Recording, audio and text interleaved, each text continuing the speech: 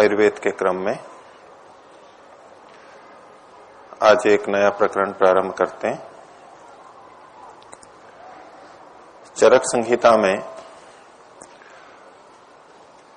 विभिन्न विषयों के श्रेष्ठ और अश्रेष्ठ चीजों को अलग से गिनाया है। श्रेष्ठतम क्या चीजें हैं और निकृष्टतम क्या चीजें हैं।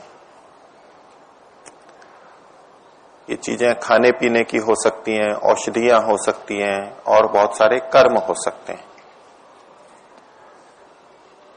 खाने पीने की चीजों में कोई एक चीज ले ली कि दालों में सबसे श्रेष्ठ कौन सी है, ऐसे एक बता देंगे।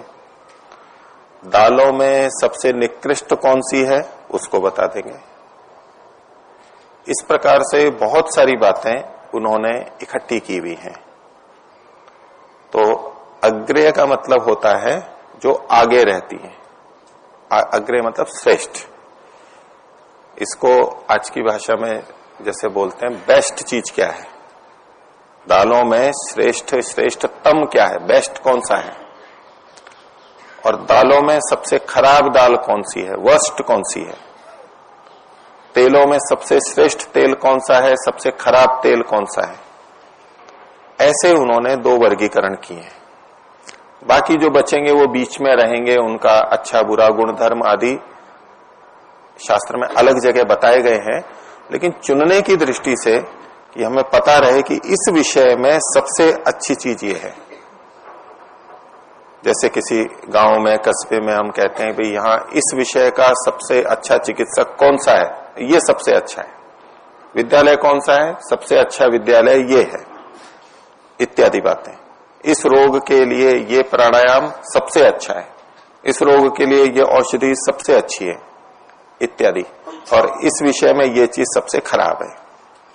तो ऐसा उन्होंने बहुत सारे विषयों का संग्रह किया है। उनमें से कुछ बातें हम क्रमशः देखते चलेंगे। तो सबसे पहले उन्होंने प्रारंभ किया धान्यों के बारे में।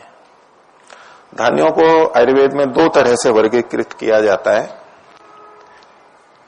एक शूक धान्य और एक शिंबी धान्य।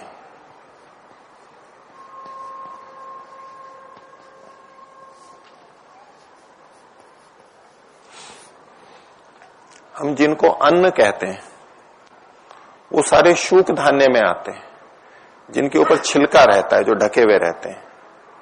जैसे कि चावल, गेहूं, जौ, मक्का, बाजरा, ज्वार, इस तरह के जो अन्न है। दूसरी पहचान इनकी है कि इसमें एक ही संगठित होता है। अन्न जितने हैं तो उन अन्नों में सर्वश्रेष्ठ कौन है, तो जितने अन्न हैं उनको शूक धान्य कहते हैं। शूक वो एक छिलका होता है जिसमें वो अन्न ढका हुआ रहता है। इन सब में आप देखेंगे, हम प्रत्यक्ष है ही हमारे को, वो ढके हुए रहते हैं, वो शूक धान्य कहलाते हैं। और शिंबी धान्य, शिंबी कहते हैं फली को। फली में जो चीजें होती हैं तो इसमें सारी दालें आती हैं। दालों को द्विदल बोलते हैं। उसमें दो दल होते हैं। अगर अंदर से तोड़ते हैं तो जैसे चने में दो फाड़ होते हैं, मूंग में होते हैं, चवले में होते हैं, उड़द में होते हैं। इन सब चीजों में जिनको हम दालें बोलते हैं वो द्विदल होते हैं, दो दल होते हैं अंदर। और शुभ धान्यों में दो दल नहीं होते। गेहूं के भी दो टुकड़े वैसे नहीं होते अंदर से, चावल भी नहीं होता, बाजरा, ये सब एक ही होता है अंदर से। हम पीसते हैं वो अलग बात है। तो जो एक ही होता है और अन्न होते हैं, तो अन्नों में बहुत सारी चीजें हैं। हम चावल भी हैं, गेहूं भी हैं। तो आखिर हमारे लिए पथ्यतम कौन सा है, मनुष्यों के लिए सर्वश्रेष्ठ कौन सा है, अगर कोई चुन सकता हो, उपयोग ले सकता हो, धन हो और उपलब्धता हो, तो क्या लेना चाहिए, पथ्यतम। और चावल में भी बहुत तरह के चावल होते हैं। तो इन्होंने शूक धान्यों में सर्वश्रेष्ठ कहा रक्तशाली। रक्त का मतलब है लाल और शाली का मतलब है चावल, धान। छिलका हटाने के बाद में अंदर से वो लाल होता है, ऐसा एक चावल आता है। तरह तरह के चावल आते हैं। जो प्रचलित चावल हैं उनको भी यदि चिकना ना किया जाए, पॉलिश ना की जाए, तो वो भी भूरे भूरे रहते हैं, थोड़े धूसर वर्ण के रहते हैं, जिसको ब्राउन राइस के नाम से बोलते हैं। अनपॉलिश्ड, चिकने नहीं किए होते हैं, वो भी अच्छे होते हैं, उसमें भी गुण होते हैं। लेकिन कुछ चावल ऐसे आते हैं जिसमें एकदम लाल लाल से होते हैं, गहरे लाल होते हैं। सामान्यतया जो चावल हैं बिना छिलके वाले, बिना पॉलिश किए हुए, वो भी थोड़े थोड़े कहीं कहीं से लाल लाल हमारे को दिखाई देते हैं। खनिज लवण होते हैं, विटामिन बी होता है उनमें।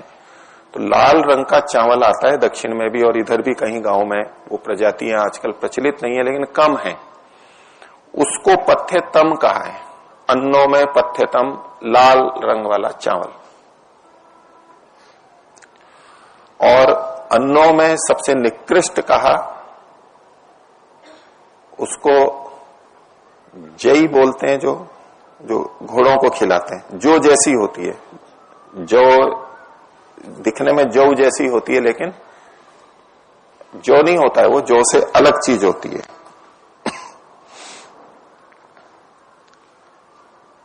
इसको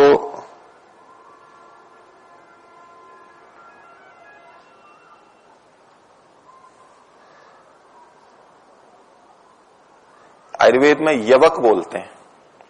यव तो जो होता है, यवक मतलब ये कुत्सित यव होता है, निकृष्ट। जैसे इसको हम जो न बोल करके जई बोलते हैं, जवई बोलते हैं, जई बोलते हैं। तो अन्नों में, वो भी एक अन्न है, उसको भी खाया जाता है, उसको इन्होंने निकृष्टतम कहा है। निकृष्टतम का सदा ये अर्थ नहीं लेना कि वो हानिकारक होती है बहुत, लेकिन जितने हैं वो अन्न, उनमें ये सबसे कम गुणदायक है, सबसे कम लाभदायक है इस रूप में, और ये सबसे अच्छा है। तो ये शुक धान्यों में हुआ। शिंबी धान्यों में, दालों में सबसे श्रेष्ठ मूंग की दाल को बताया।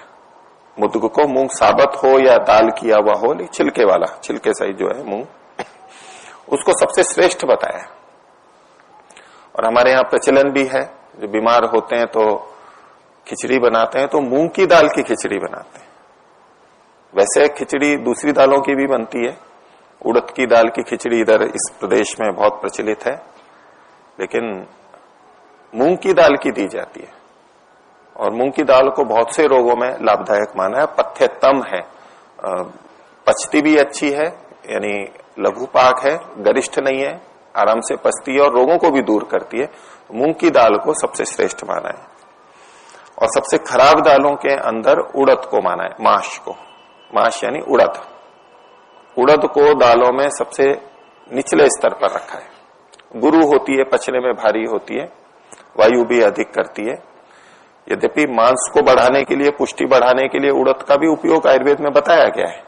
उड़द के दाल के लड्डू बनते हैं, चक्की बनते हैं, तो उससे, उसमें प्रोटीन अधिक होता है अलग तरह का, तो पुष्टि तो अधिक आती है, लेकिन पथ्यतम में नहीं होता है। पथ्यतम मूंग की दाल सबसे ज्यादा होती है। तो ये शुक धान्य और शिंबी धान्य में हुआ। फिर इन्होंने कहा कि जलों में सबसे श्रेष्ठ जल कौन सा है। आयुर्वेद में जलों के अलग अलग गुण बताए गए हैं, जैसे नदी का जल, कुएं का जल, तालाब का जल, अंतरिक्ष से बरसने वाला बारिश का जल। ऐसे अलग अलग जलों का वर्णन करते हुए उनके गुण धर्म भी बताए हैं। तो कौन सा जल सबसे श्रेष्ठ होता है, तो उसके लिए उन्होंने कहा अंतरिक्ष, अंतरिक्षम उदकानम। अंतरिक्ष से जो बरसता है, यानी बारिश का जो जल है, सब जलों में सबसे श्रेष्ठ जल उसको बताया। और जो बर्फ जमती है उसका पिघल के आता है, वो भी एक जल है। ऐसे बहुत तरह के जल हो सकते हैं। तो आज के हिसाब से भी हम इस बात को समझते हैं कि अंतरिक्ष से जो जल बरसता है वो शुद्ध होता है। प्रारंभ में मलिन होता है, वातावरण शुद्ध हो गया शुरू की कुछ बारिशों के बाद में, क्योंकि वो भाप बन के उड़ा था, शुद्ध उड़ा था, और वो फिर शुद्ध रूप में आता है। वो मीठा भी अधिक होता है। हम बारिश में नहाते हैं, करते हैं, उस पानी को पीते हैं तो उसका अलग स्वाद होता है, शुद्ध होता है। उसमें प्रकृति की, धरती की जो मलिनताएं हैं, कुछ क्षार हैं अनावश्यक आदि, वो मिलते नहीं है उसमें। तो अंतरिक्ष का जल सबसे अच्छा माना गया। और सबसे खराब जल किसको कहा, तो कहा वर्षा ऋतु में नदी का जल। नदी का जल भी सदा खराब नहीं, सबसे ज्यादा खराब जल जो निकृष्टतम है वो बारिश का पानी है, क्योंकि सब कुछ बह के आता है, उसमें गदला होता है, मलिनताएं होती हैं। बाद में उस समय नदियां बहुत अच्छी होंगी, आज भी बहुत सी पर्वतों पे नदियां बहुत अच्छी हैं जिसका सीधा पानी हम पी सकते हैं, लोग पीते भी हैं। नदी का पानी इतना साफ होता है, वो उसको पीते भी हैं, नदियों का ही पानी को। तो नदी का पानी अच्छा होता है, लेकिन खासतौर से जो वर्षा ऋतु का है, वर्षा के ऋतु में ज्यादा गंदा आता है, तो उस पानी को सेवन नहीं करना चाहिए, वो हानिकारक है। फिर अगली चीज ली इन्होंने लवण की। नमक में कौन सा नमक सबसे श्रेष्ठ और कौन सा नमक सबसे खराब? तो वैसे तो हम सामान्यतः एक ही नमक देखते हैं या कुछ और नमक देखते हैं। एक तो नमक जो सामान्य खाने वाला आता है, जिसको हम समुद्र लवण बोलते हैं, समुद्र से बनता है, समुद्र के पानी से बनता है। जो प्रचलित हमारे पास आता है वो सारा अधिकांश समुद्र से आता है। उसके अलावा सैंधव नमक हम देखते हैं, काला नमक भी देखते हैं। उसके अलावा और भी लवण लिख रखे हैं, एक सौवर्चल लवण आता है और एक विड लवण आता है। ये दो लवण और भी आयुर्वेद में बताए गए हैं, पर हमारे यहाँ जो प्रचलित हैं उन सब में देखें तो सेंधा नमक, समुद्र का नमक और काला नमक, और एक सांभर का नमक भी, सांभर झील से आता है, जो ऐसी छोटी झीलों से जो आता है, वो भी यद्यपि पहले समुद्र ही थे, लेकिन राजस्थान की सांभर झील से भी निकलता है, वहां भी पानी खारा है, उससे भी बनाया जाता है। और रेह जो होती है ऊषर भूमि की, ऊषर भूमि होती है जिसपे सफेद सफेद परत आ जाती है, उसमें क्षार भी होता है और नमक नमकीन भी होता है, जमीन ऐसी होती है, उसको निकाल के भी नमक बनाया जाता है। तो सबसे श्रेष्ठ नमक सेंधव नमक को इन्होंने कहा। सेंधा नमक पथ्यतम है, सबसे अच्छा माना गया। इसलिए हमारे यहाँ उपवास में भी या और भी साधु संत भी या बहुत से लोग केवल सेंधा नमक खाते हैं। और खराब नमकों के अंदर कहा जो रेहे का ऊषर भूमि से नमक लिया जाता है, जमीन से जो ऊपर परत जमती है फिर उससे नमक लेते हैं, उसको सबसे खराब नमक के रूप में कहा गया है।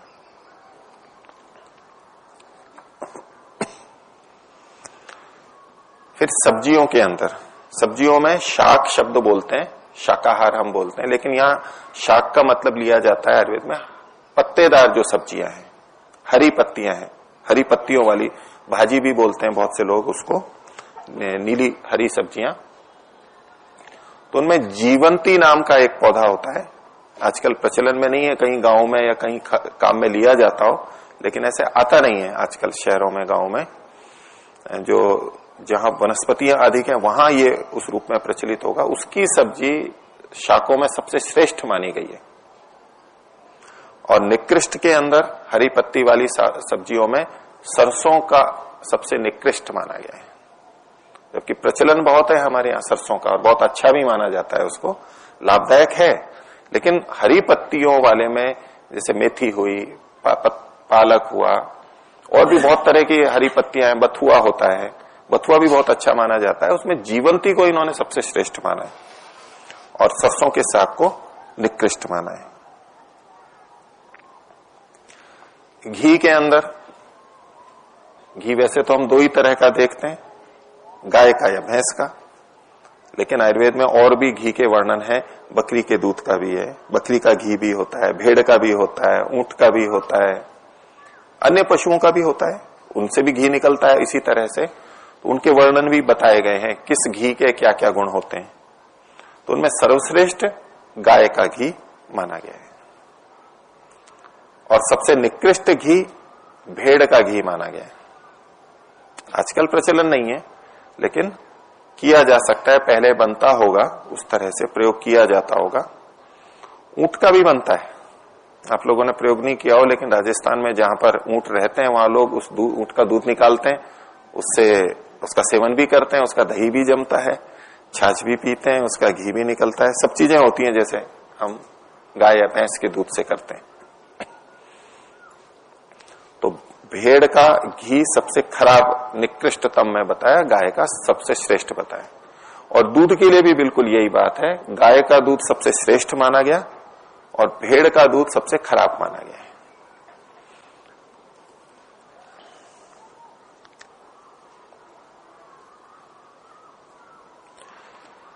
फिर तेल के बारे में, तेल भी वो जो वनस्पतियों से हमें प्राप्त होता है, स्थावर जो पेड़ पौधे हैं उसमें बहुत सारे तेल आज भी प्रचलित हैं, उस समय भी बहुत प्रचलित थे, आजकल नए नए भी तेल हैं।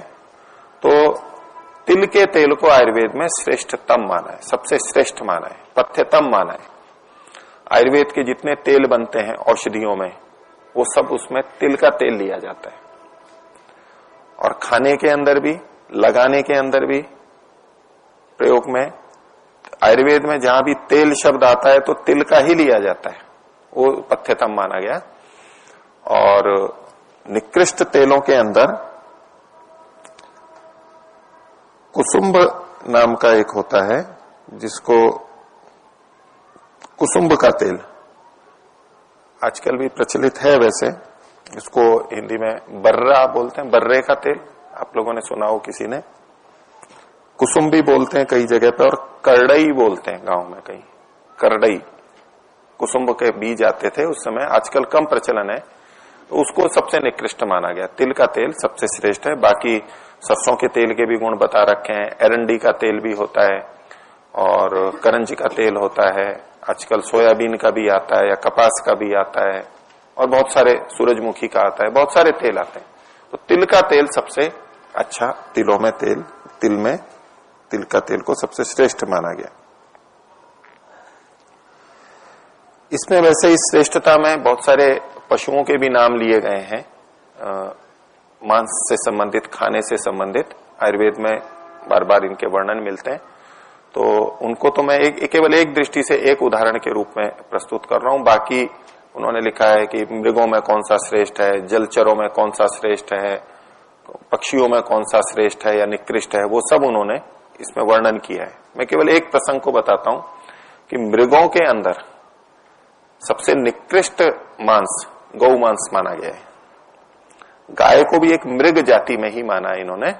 जैसे अन्य तरह तरह के मृग होते हैं, बारहसिंगा होता है और चीतल होता है, बहुत तरह के मृग होते हैं। तो उन मृग जातियों में गाय के मांस को निकृष्टतम माना गया। ये हानिकारक है, हमारे लिए हितकर नहीं है स्वास्थ्य की दृष्टि से। आजकल बहुत प्रचलन है, हम गाय के मांस का निषेध करते हैं, गौ पूजनीय है, उस दृष्टि से मारी नहीं जानी चाहिए, उपयोगी पशु है, लेकिन जो खाते हैं उनकी दृष्टि से अगर हम कहें तो उसको निकृष्टतम माना गया। और हिरणों में एक ऐण नाम का हिरण इन्होंने लिखा है, एक प्रजाति है हिरण की, उसको इन्होंने सर्वश्रेष्ठ कहा।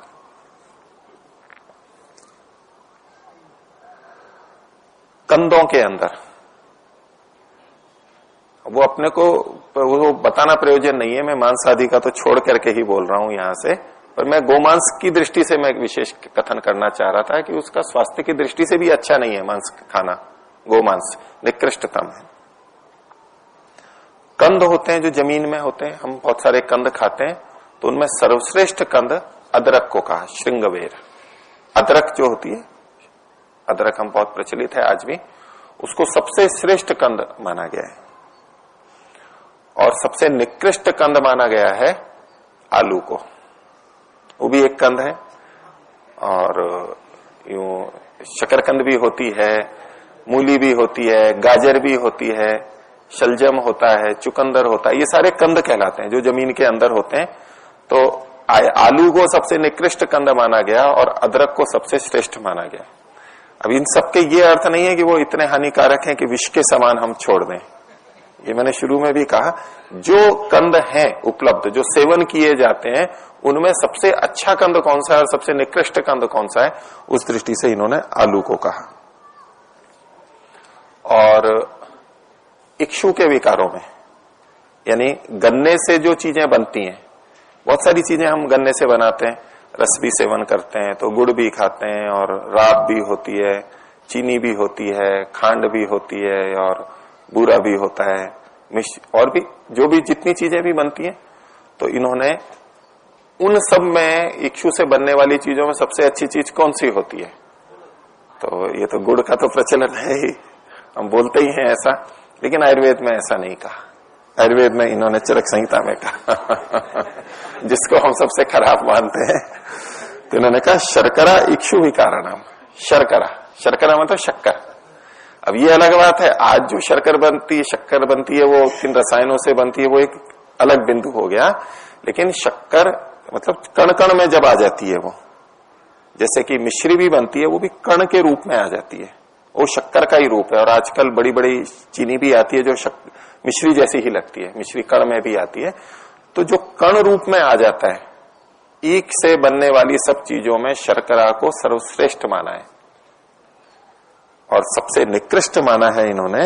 इसके लिए संस्कृत में शब्द है फाणित, जिसको राब बोलते हैं लोक में। आजकल जो बोलते हैं राब, समझते हैं राब को? तो गुड़ से पहले की स्थिति होती है, खांड से भी पहले की, यानी उसमें मलिनता ज्यादा होती है और तरल होती है वो, उसको खराब, सबसे खराब माना है। यानी उससे पहले की स्थिति है, रस लेते हैं हम, वो भी ठीक है। फाणी जो राब है वो सबसे खराब है, प्रयोग तो की जाती है वो भी, लेकिन उसको सबसे खराब स्थिति में बताया है। तो ये कुछ चीजें ये हुई। अब इन्होंने ये मैंने बताया, ये एक वर्गीकरण चरक के अंदर बताया। अब उसके आगे श्रेष्ठों के अलग से एक वर्गीकरण दिए हैं। तो हमारा जीवन चलाने में हमारा जो जीवन चल रहा है उसमें सबसे श्रेष्ठ चीज खाद्य पदार्थों में कौन सी है? तो उन्होंने कहा अन्न। अन्नम वृत्तिकरणम, जो हमारा जीवन का व्यवहार होता है उसमें अन्न को सबसे श्रेष्ठ माना है। अन्न तरह तरह के हो सकते हैं और अन्नों में कौन सा श्रेष्ठ है वो पहले इन्होंने बताया, लेकिन और भी कोई अन्न हो। तो जीवन चलाने में हम केवल सब्जी पे रहें, केवल फल पे रहें, केवल दाल पे रहें, तो जीवन चलाने वालों में सबसे श्रेष्ठ अन्न को माना है। कई बार अन्न को हम बहुत निकृष्ट भी मानते हैं और बहुत से कि भाई अन्न तो पशुओं का भोजन है, मनुष्यों का नहीं है, ऐसा भी कथन आता है। तो जो संपन्न है, श्रेष्ठ है, ले सकते हैं, वो दूसरी चीजें लेते हैं। लेकिन आयुर्वेद में अन्न को वृत्ति करने वालों में अन्न को सबसे श्रेष्ठ माना है। और आश्वासन देने वालों में, किसी चीज को हम सेवन करें और हमारे को बहुत शांति, आश्वासन मिले, उन चीजों के अंदर उदक को माना है, जल। उदकम आश्वास कराना। कभी कोई बेहोश हो जाता है, बेचैनी होती है, गिर जाता है, चोट लगती है, तो हम तुरंत उसको पानी छिड़कते हैं, पानी पिलाते हैं। तो उसको इधर की भाषा में तो उसको थ्यावसाना बोलते हैं। आप लोग समझते हैं इस बात को?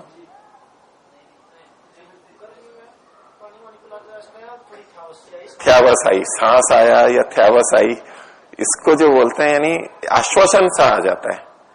बेचैन है, कोई गिर पड़ा है और हो गया, तो उसको थोड़ा पानी पिला देते हैं तो आता है। पशु पक्षी भी होते हैं तो हम उसको पानी पिला देते हैं, कोई पानी पी लिया, यह आश्वासन मिलता है। एकदम पानी के जाने से हमें आश्वासन मिलता है। तो आश्वासन देने वाली जितनी चीजें हैं खाने पीने की चीजों में, उनमें उदक को, पानी को सबसे श्रेष्ठ माना। तो यदि कोई व्यक्ति भयभीत है और कोई कारण है, क्रोधित है, उसको आश्वस्त करने, शांत करने में उदक है। हम देते भी हैं, कोई डरा हुआ है तो भाई चलो पानी पी लो, उससे अंतर पड़ता है। हम कहते हैं क्रोध आ रहा है तो पानी पी लो। वैसे हम सोचते हैं कि पानी ठंडा है, वो ठंडा कर देता है, उसके कुछ उसका मन उधर लग जाता है।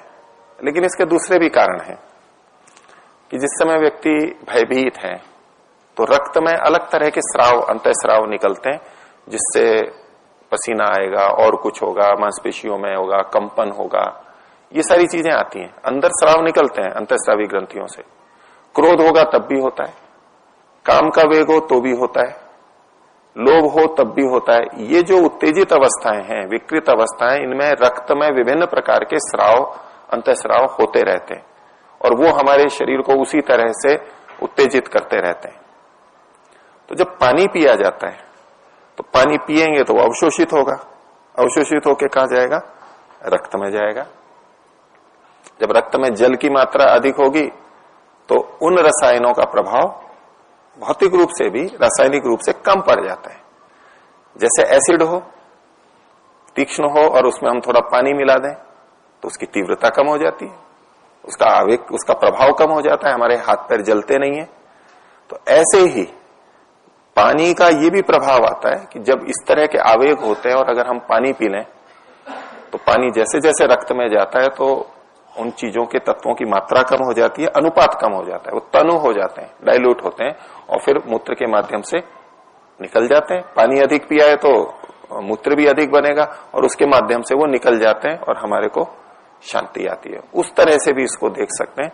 तो आश्वासन करने वाली चीजों में उदक को इन्होंने सबसे श्रेष्ठ माना है। और जीवनीय द्रव्य जो हमारे जीवन को देते हैं, पुष्टि देते हैं, अच्छा चलाते हैं, उसके अंदर दूध को सबसे श्रेष्ठ माना है। दुर्बल है, क्षीण है, उस अवस्था में दूध जीवनीय द्रव्यों में श्रेष्ठ है। चरक संहिता में अलग से भी ये औषधियां बताई गई, जीवनीय गण है, 10-10 औषधियां बताई हैं, उसमें जीवनीय गण भी है, बहुत सारी औषधियां, उनमें भी दूध को सबसे श्रेष्ठ माना गया है। तो आज ये इतना रखते हैं, कुछ और आगे कई चीजें बताई हैं, ऐसे ऐसे श्रेष्ठ चीजें क्या क्या हैं, हम उन स्थितियों के अंदर इन द्रव्यों का प्रयोग कर सकते हैं, हमारे को उपलब्ध है, सामर्थ्य है हमारी, तो अच्छी चीजों का उपयोग लेके अपने जीवन को और अच्छा बना सकते हैं। प्रणव।